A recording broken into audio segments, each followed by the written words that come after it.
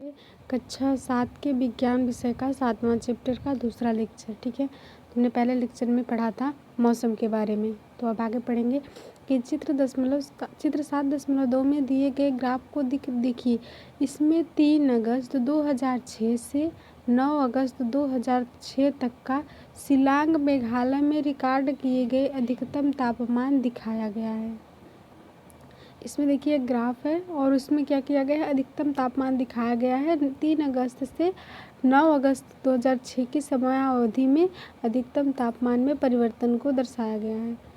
जैसा किसी भी मौसम की रिपोर्ट से स्पष्ट होता है कि अधिकतम और न्यूनतम तापमान को प्रतिदिन रिकॉर्ड किया जाता है। क्या आप जानते हैं कि इस तापमान को कैसे रिकॉर्ड किया जाता है? अध्याय 4 में आपने पढ़ा था कि इस कार्य के लिए विशेष तापमापी होते हैं जिन्हें अधिकतम न्यूनतम तापमापी कहते हैं।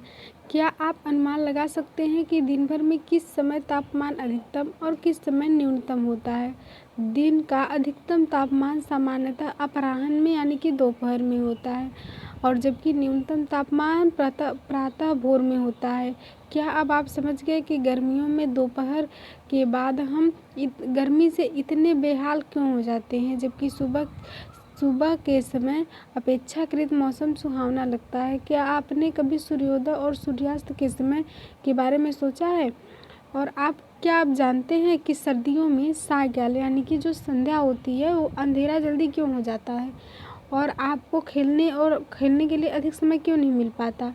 क्या सर्दियों में दिन की अवधि गर्मियों की अपेक्षा बहुत कम होती है? अध्याय के अंत में दिए गए परियोजना कार्य को पूरा करके इसका स्वयं पता लगाने का प्रयास कीजिए। और 7.2 में जलवायु के बारे में दिया गया है कि मौसम विज्ञानी प्रतिदिन मौसमी संबंधी आंकड़ों को रिकॉर्ड करते हैं और पिछले अनेक दशकों के मौसम के रिकॉर्ड जो हैं वो सुरक्षित रखे गए हैं। इसमें हम देखेंगे कि मौसम में सभी परिवर्तन सूर्य के कारण होते हैं। जैसा कि हम जानते हैं जो सूर्य होता है हमारे पृथ्वी का प्रमुख जो है ऊर्जा का स्रोत होता है। तो सूर्य अत्यधिक उच्च तापमान पर गर्म गैसों का विशाल गोला है। सूर्य हमसे बहुत दूरी पर है, परंतु सूर्य द्वारा उत्सर्जित ऊर्जा इतनी अधिक है कि वह पृथ्वी से इतनी दूरी के होने के बावजूद सूर्य की समस्त ऊर्जा और प्रकाश जो है हमारे लिए बहुत बड़ा स्रोत है। अतः सूर्य ऊर्जा का प्राथमिक स्रोत है। मौसम में परिवर्तन लाता है पृथ्वी के थल क्षेत्र, समुद्र, वायुमंडल द्वारा अवशोषित और परावर्तित की जाने वाली ऊर्जा भी किसी स्थान पर मौसम को निर्धारित करने में महत्वपूर्ण होती है। यदि आप समुद्र के समीप रहते हैं तो आपने यह अनुभव किया होगा कि आपका स्थान मौसम रेगिस्तान अथवा पहाड़ी क्षेत्र के आसपास के मौसम से काफ़ी भिन्न होगा। इनसे हमें किसी स्थान के मौसम के पैटर्न का निर्धारण करने में सहायता मिलती है। किसी स्थान के मौसम की लंबी अवधि जैसे कि 25 वर्ष में एकत्रित आंकड़ों के आधार पर बना मौसम का पैटर्न उस स्थान की जलवायु कहलाता है। यदि हम पाते हैं कि किसी स्थान का तापमान अधिक समय उच्च रहता है तो हम कहते हैं कि उस स्थान की जलवायु गर्म है। यदि इसके अतिरिक्त उस स्थान पर अधिकांश दिनों में भारी वर्षा भी होती है तो हम कह सकते हैं कि उस स्थान की जलवायु गर्म और आर्द्र है। 7.2 और 7.3 में हमने भारत के 2 शहरों की जलवायु परिस्थिति का विवरण दिया है। प्रत्येक माह के लिए औसत तापमान की गणना 2 चरणों में की जाती है।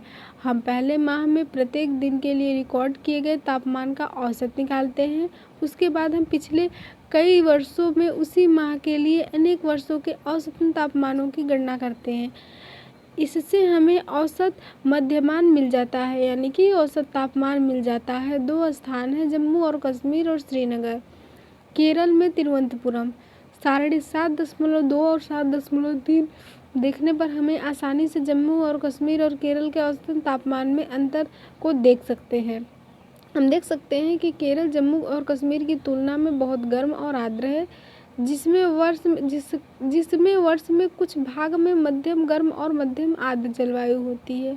इस प्रकार के आंकड़े भारत के पश्चिमी क्षेत्रों जैसे राजस्थान के लिए वर्ष का अधिकांश समय औसतन तापमान को उच्च दिखाते हैं, लेकिन सर्दियों में जो सिर्फ कुछ माह के लिए होते हैं वो तापमान काफ़ी कम होता है। इस क्षेत्र में वर्षा जो है वो होती रहती है। इस वीडियो में बस इतना ही। Thank you.